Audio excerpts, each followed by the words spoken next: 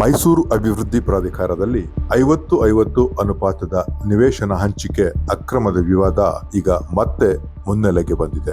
ಸರ್ಕಾರವೇ 50-50 ಅನುಪಾತದ ಹಂಚಿಕೆಯನ್ನು ರದ್ದುಪಡಿಸುವ ಆದೇಶ ಹೊರಡಿಸಿದೆ. ಆದರೆ ಪ್ರಶ್ನೆ ಒಂದೇ, ಸರ್ಕಾರದ ಆದೇಶ ಅನುಷ್ಠಾನಕ್ಕೆ ಬರೋದು ಯಾವಾಗ? ಖಾತೆಗಳನ್ನು ರದ್ದುಪಡಿಸಿದರೆ ವರ್ಷಗಳ ಹಿಂದೆ ಭೂಮಿ ನೀಡಿದ ಮಾಲೀಕರಿಗೆ ಸರ್ಕಾರ ಏನು ಕೊಡಲಿದೆ?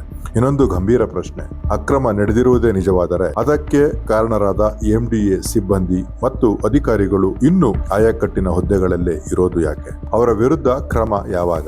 ಇನ್ನು ನಿವೇಶನ ಖರೀದಿಸಿದ ಸಾಮಾನ್ಯ ಜನರ ಪಾಡೇನು? ಬ್ಯಾಂಕ್ ಸಾಲ ಪಡೆದು ಮನೆ ಕಟ್ಟಿಕೊಂಡಿದ್ದಾರೆ, ಕುಟುಂಬದ ಕನಸುಗಳನ್ನು ಕಟ್ಟಿಕೊಂಡಿದ್ದಾರೆ. ಈಗ ಸರ್ಕಾರದ ಹೊಸ ಆದೇಶದಿಂದ ಅವರ ನಿವೇಶನವೇ ರೆಡ್ ಝೋನ್ಗೆ ಸಿಲುಕುವ ಪರಿಸ್ಥಿತಿ. ಆದರೆ ಮಧ್ಯವರ್ತಿಗಳು, ರಿಯಲ್ ಎಸ್ಟೇಟ್ ಮಾಫಿಯಾಗಳು ನಿವೇಶನ ಮಾರಾಟ ಮಾಡಿ ಹಣ ಮಾಡಿಕೊಂಡು ಸೇಫ್ ಝೋನ್ನಲ್ಲಿದ್ದಾರೆ. ಸಂಕಷ್ಟ ಮಾತ್ರ ನಿವೇಶನ ಖರೀದಿಸಿದ ಜನರಿಗೆ. ಕಳೆದ 6 ವರ್ಷಗಳಿಂದ ಈ ಅಕ್ರಮ ನಡೆಯುತ್ತಿದೆ ಎಂಬ ಆರೋಪಗಳಿದ್ದರೂ ಸರ್ಕಾರಗಳು ಇಷ್ಟು ದಿನ ಮೌನವಾಗಿದ್ದೇಕೆ? ಬಹುತೇಕ ಪ್ರಕರಣಗಳಲ್ಲಿ ಕೋರ್ಟ್ ಆದೇಶದ ಆಧಾರದ ಮೇಲೆ ಭೂ ಮಾಲೀಕರಿಗೆ 50-50 ಅನುಪಾತದಲ್ಲಿ ನಿವೇಶನ ಹಂಚಿಕೆ ಮಾಡಲಾಗಿದೆ ಎಂಬುದು ವಾಸ್ತವ.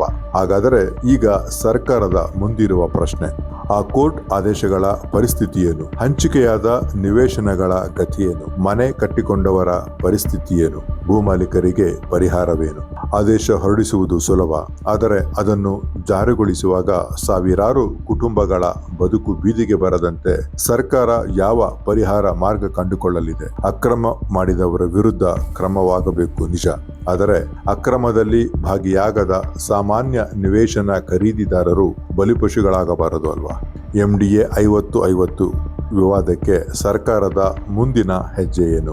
ಅಕ್ರಮ ಮಾಡಿದವರಿಗೆ ಶಿಕ್ಷೆಯ, ನಿವೇಶನ ಖರೀದಿಸಿದವರಿಗೆ ರಕ್ಷಣೆಯ, ಅಥವಾ ಮತ್ತೊಂದು ಹೊಸ ಗೊಂದಲವ? ಇದಕ್ಕೆ ಸರ್ಕಾರವೇ ಸ್ಪಷ್ಟ ಉತ್ತರ ಕೊಡಬೇಕು. ಇದು ಜಸ್ಟ್ ಕನ್ನಡದ ಪ್ರಶ್ನೆ.